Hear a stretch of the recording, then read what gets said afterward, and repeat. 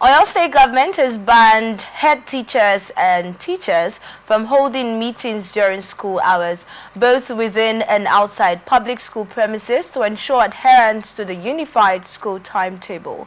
Dr. Nureni Aderemi, Chairman of the Oyo State Universal Basic Education Board, Suburb, has issued the warning during a school monitoring visit in Ibadan. He emphasized that violators would face strict consequences.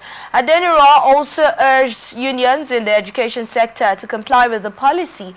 Additionally, Suburb is focusing on advancing the state's education system through technology, highlighted by a capacity building session on the BESDA attendance monitoring information system to enhance punctuality, monitoring, and evaluation in schools. This looks like what our schools need right now. What are your thoughts on this story? The fact remains that sometimes we need this monitoring and scrutiny, because if you go to some private schools, public schools, teachers leave the classroom, go to the staff room or wherever they find themselves to hold meetings.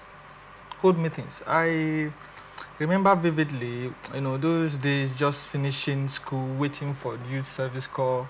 I ventured into teaching and okay. Yes.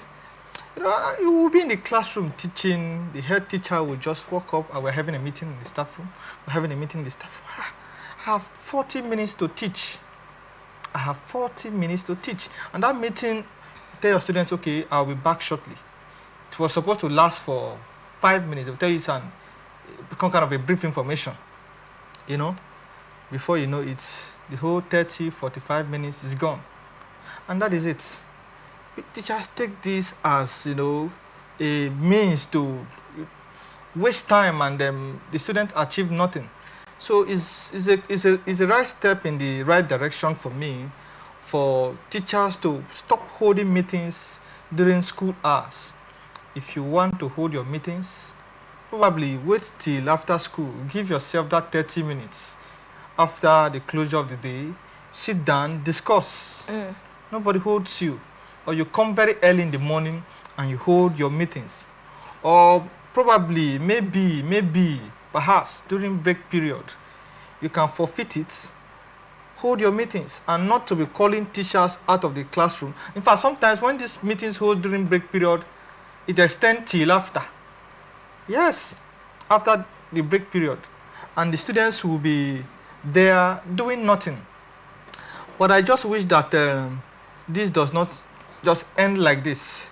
There are several other lapses that is going on in our education system, and the government of Nigeria need to rise up to fix. Yes, let's talk about that, because we have heard different cases and reports of teachers' lackadaisical attitude, especially in public schools. Yes. Why do you think that is the case? Okay, the common statement in Nigeria, the local palace, we said, na government work, no key yourself, na government work. That is the way Nigerians see things, especially when it's a thing of the public. They believe that since it's owned by everybody, it's owned by nobody. So you can just have this lackadaisical attitude towards it. It's not just in our secondary schools. Go to our universities. You see admin staff resuming work by 10, 11 o'clock. Everywhere in Nigeria. Our attitude to work in this country is very poor. And we need to change that. We need to change that, not just blaming the government every now and then. We need to change our attitude to work. We just do things anyhow. But if you employ a sales girl to, be at the shop for you, you must make sure that that girl resumes as at when due and stays there, not moving up and down or obtaining permission anyhow or leaving before the end of the agreed period. You won't do that. But when it just comes to a public thing, nobody's business. Everybody's business, nobody's business. So nobody's monitoring you. In fact, the head teacher is even coming, or they call it the headmaster or principal, is coming to the school by 10 o'clock. So you as a teacher, if you come by, who are you to 10, come early? who are you? So nobody's monitoring you. But could that be the reason? all of this is going on? Due to monitoring or lack of monitoring? Sincerely, human beings, we don't like doing things out of our own volition. We want to be coerced to some point. We want to be forced. We want to be monitored. We want to be checkmated. You understand? And if you don't do these things, but over here in Nigeria, if there is a monitoring team going around the schools nowadays, you will hear that, they will inform the principal 2 weeks before that day, we are coming. What are you trying to let them do? Put your statutory records in order. Fill your diaries and register. Write your lesson notes. We are coming. That is what you are telling them. Some of these things are supposed to be done, without their notice. Or could it be, is there some form of encouragement that's given to them when they come? Is there some sort of exchange that happens? Obviously. Could that be the reason they're telling them, well, come in, put yourself together? That is it together? now. Prepare yourself financially because we are coming. The Ministry of Education is coming to monitor a school, and in fact, if you don't give them a brown envelope, expect poor rating. Is that something that's actually happening? Just go around now. It's here in Nigeria. There is nothing we should hide. It's happening. I'm telling you that I have been into the system, so I know what is obtainable. So people who are actually delegated to do this thing, their job is to go around and monitor. Yes. They collect monies from this schools. They expect, they don't coerce you, but they expect you to give them something. And you, as a proprietor, proprietress, or probably the principal of a public school, when you don't comply, you know what is waiting for you, because you must have seen that, okay, you didn't meet up here, so probably you just give them that shut up money. That's indirect coercion. Because you just said if you don't do it, you already know what's waiting for you. You know now, the right thing. What's the right thing? They should have written a report against those areas you have failed to perform your duties. How many teachers were not in school? How many were not in school without permission? How many, look at your time book. How many have been absent? When do they come to school? Look at these things. They go around the school environment. Look at your laboratory. Yes. Look at and when one thing or the other is not in place, they document and write a report.